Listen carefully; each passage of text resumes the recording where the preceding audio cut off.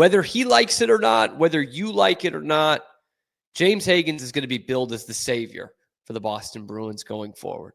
In fact, the only way that he doesn't get kind of the savior expectation is if the Bruins suck even harder this year and get Gavin McKenna number 1 overall. Then, okay, pressure's off you, Jimmy. Gavin McKenna is going to be the generational prospect. But right now, the Bruins being able to get James Hagens at number 7 when he was slotted as the number 1 pick throughout points of this season is still a big steal. And it's someone the Bruins can finally get behind as a prospect. This fan base can finally say, here's our guy. He's going to come up and help us. There's finally some hope in this room through the form of James Hagens. And I know there were some Bruins who were like, oh, who needs college hockey, man? Have him come up this year. The Bruins need him now. Well, he has made his decision. He's going back to BC this year. I think it's the absolute right call. I know a lot of Bruins fans think that way as well. Adam McQuaid, who ran development camp, says that. He says it's going to benefit him. Continuing to ramp up the commitment level and consistent impact he's capable of having. That's the big thing for a lot of young players. Consistency, night in, night out. Not always going to be perfect. Bring the effort. That's what's going to help him here. And Hagen says, look, I've got unfinished business. We were the number 1 team in the country last year, and we didn't win jack shit. Like they won the Hockey East regular season, which is something. But he says, I want to win the Bean Pot. I want to win the national championship. I'm a BU Terriers fan. I don't want him to win either of those things, but I do want him to grow. And there was this knock on Hagens in this last season that he only scored 11 goals. I've had people in my comment section. I know you guys have seen it over social media, all these rankings, everything. How can we rank him as a top 10 prospect? How can he be a steal at number 7? He scored 11 goals. Yes, that is one way of looking at it. That is one very archaic way of looking at it. He only scored 11 goals last year. And that's going to sound pretty bad if you're just going to say that. What you could say is that he was a point-a-game player. He had 11 goals and 26 assists. That's good for 37 points in, you guessed it, 37 games. As an 18-year-old who played the first 2 months of the season as a 17-year-old in the best conference in college hockey, which is now one of the best pipelines to the NHL you can have on the entire planet, Hockey East. And he was a point-a-game player, deferring to Ryan Leonard and Gabe Perreault, who he will not have on his line this year. So, yep, you could say he scored 11 goals. Or you could say he was still one of the best prospects at any level of hockey, and he was a point-a-game player as a 17/18-year-old in Hockey East for the Boston College Eagles, replacing guys like Cutter Gauthier, Will Smith. It's another way to look at it. Maybe that's just me looking so much on the positive side. But now it's time. Now, last year I thought was good enough. 37 points in 37 games. I just gave you the context. But now this year, he's going back, draft year +1. That's so important with all these prospects. What do you do now? Because with the way this Bruins roster looks and how good a team they're going to be this year, there's a window for him to be a part of this team the last week or two of the regular season, which will be the end of the Bruins season. Okay? There's a window for that. So you've got to put it up this year.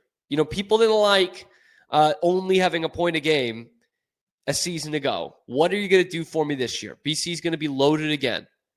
You're not going to have Ryan Leonard or Gabe Perreault, a couple of NHLers on your line. But the way BC produces talent, they'll probably have a couple other NHLers. In fact, one of them will probably be Teddy Stiga, who was a second-round pick for the Nashville Predators. He will probably be on the line with them. He had a big World Juniors last year, scored the golden goal. But what can we expect from Hagens is the next question. Because he gets these comparisons a lot now to Jack Hughes of the New Jersey Devils. And everyone on the planet but Mike Felger loves getting that comparison to James Hagens. I mean, we're talking about a 100-point guy, a 24-year-old who is one of the future faces of American hockey. And you saw where the Devils were with him and where they were without him. They were a team making a division push with him, and they were a hapless 3 seed who didn't have a shot in hell against the Carolina Hurricanes once Jack Hughes went down.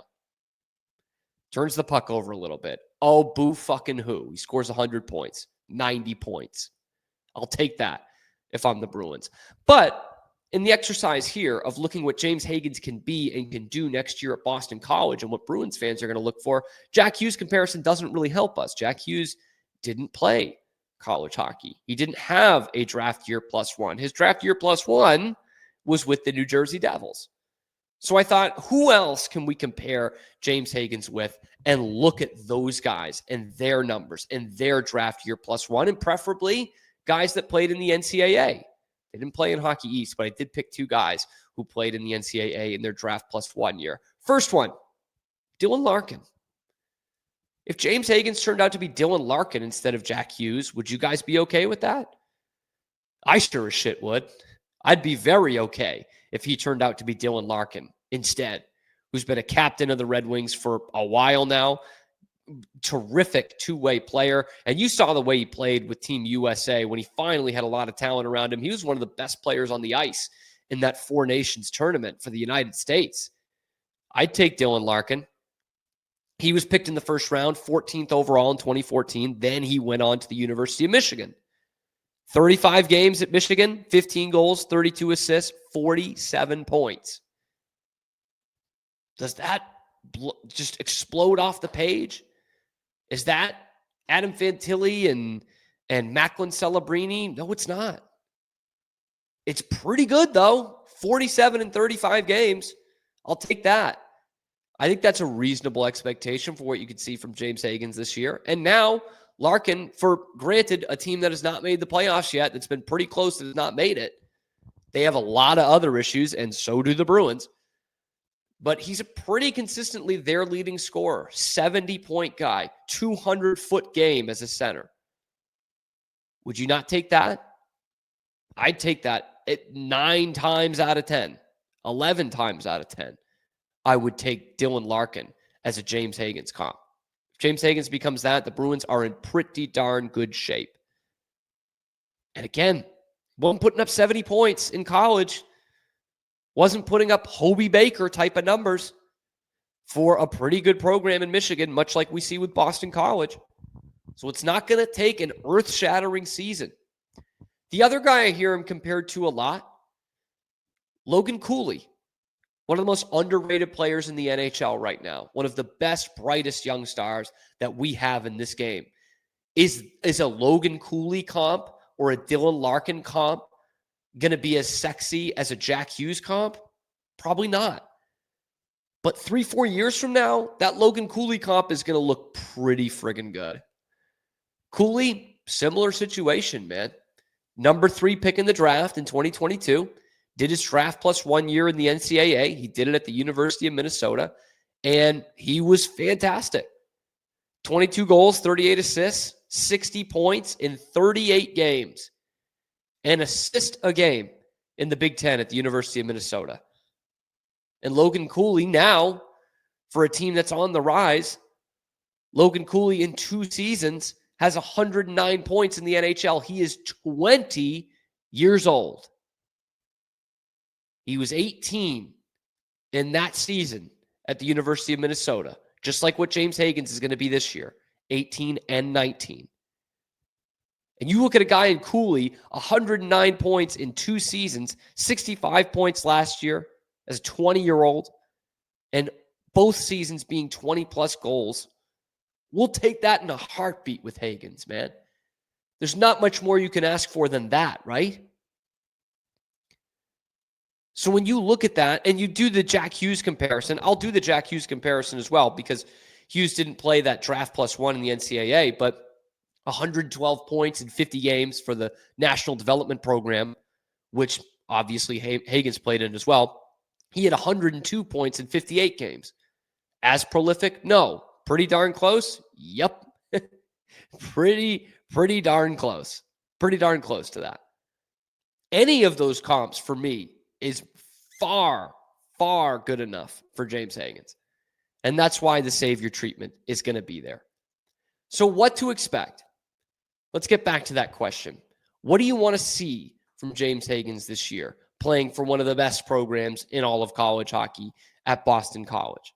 Does he need to win the Hobie Baker to win you over? Does he need to be a 70-plus point guy in college hockey?